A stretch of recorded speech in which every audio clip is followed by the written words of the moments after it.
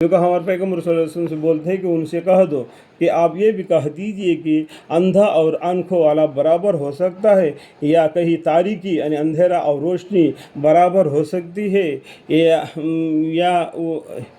یا انہوں نے اللہ کے ایسے شریک قرار دیے رکھے ہیں کہ انہوں نے بھی کسی چیز کو پیدا کیا ہو، جیسا خدا پیدا کرتا ہے۔ خدا نے انسانوں کو پیدا کیا، زمین کو پیدا کیا، آسمانوں کو پیدا کیا، زمین کے اندر پہاڑوں کو، اور زمین کے اوپر کے ہر قسم کے حیوانات کو، اور پیڑوں کو، پودوں کو، جانوروں کو پیدا کیا۔ وہ بھی کیا کچھ ایسا پیدا کر سکتے ہیں جو خدا کے چھوڑ کر دوسرے کو جو عبادت کرتے ہیں وہ کرتا ہے؟ پھر ان کے پیدا کرنا ایک معلوم ہوا ہو۔ آپ کہہ دیجیے کہ اللہ ہی ہر چیز کا خالق ہے، اللہ ہی سب کا خالق ہے، اور وہی واحد ہے، غالب ہے، ایک اللہ ہے۔ اسی اللہ تعالیٰ نے آسمان سے پانی نازل فرمایا، پھر نالے بھر کر اپنے مقدر موافق چلنے لگے، پھر وہ سیلاب جیسا خاشاک کو بہلایا جو اس پانی کے اوپر آ رہا ہے، اور جن چیزوں کو آگ کے اندر جیور اور اسباب بنانے کے غرض سے تاباتے ہیں،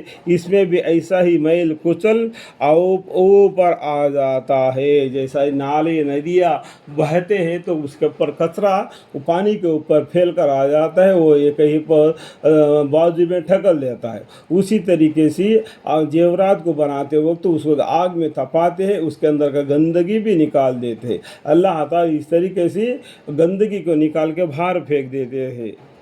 اللہ تعالیٰ حق یعنی ایمان وغیرہ اور باطل یعنی کفر وغیرہ کو اس طرح مثال بیان کر رہا ہے، یعنی اچھی چیز کو لے لیتا ہے، بری چیز کو پھینک دیتا ہے۔ سمجھ میں آ گیا؟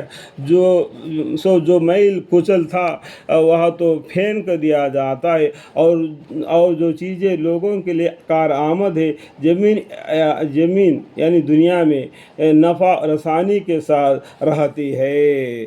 اللہ تعالیٰ اس طرح ہر ضروری مضامین مسائل بیان کیا کرتے ہیں۔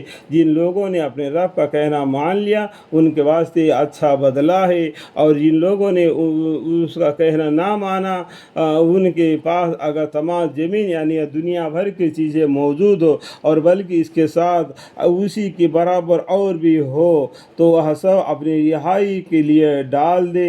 ان لوگوں کو سخت حساب ہوگا، یعنی وہ اس نہیں لیا جائے گا۔ یہ اللہ تعالیٰ سمجھانے کے لیے یہاں پر بتا رہے ہیں، دنیا بھر کی چیزیں موجود ہو اور وہ سب دیکھ کر اللہ کے غصے سے، جہنم کے آگ سے بچنے کے لیے اگر وہ دینا چاہیے، پھر بھی اس کو نہیں لیا جائے گا۔ اگر وہاں پر اس کے پاس ہوگا بھی نہیں، کیونکہ اس کے پاس دائیں بائیں ہاتھ میں جو نام اعمال ہے وہی رہیں گے۔ تو یہ اللہ تعالیٰ پھر بھی سمجھا رہے یہاں پر، اگر تمام زمین یعنی دنیا بھر کی چیزیں موجود ہو، اور بلکہ اس کے ساتھ اسی کے برابر اور بھی ہو، تو سب اپنی رہائی کے لیے، چھٹانے کے لیے دے ڈالے۔ ان لوگوں کو سخت حساب ہوگا، اور ان کا ٹھکانہ دوزخ ہے۔ اللہم اغفر، بری قرارگاہ ہے۔ اللہم اغفر۔ جو شخص یقین رکھتا ہو کہ جو کچھ آپ صلی اللہ علیہ وسلم کے رب کے طرف سے یعنی اللہ کے طرف سے آپ صلی اللہ علیہ وسلم پر نازل ہوا ہے وہ سب حق ہے، یعنی یہ قرآن بالکل حق ہے، حق کے ساتھ نازل ہوا ہے۔ کیا ایسا شخص اس طرح ہو سکتا ہے جو اندھا ہے؟ اپس نصیحت تو خود سمجھدار ہی لوگ قبول کرتے۔ جو دین اسلام کو اور قرآن کو اور پیغمبر کو، اللہ کو جو جھٹلاتا ہے وہ اندھا ہے۔ ایسا شخص اس کی طرح ہو سکتا ہے؟ کیا ایسا شخص اسی کی طرح ہو سکتا ہے جو کہ اندھا ہے؟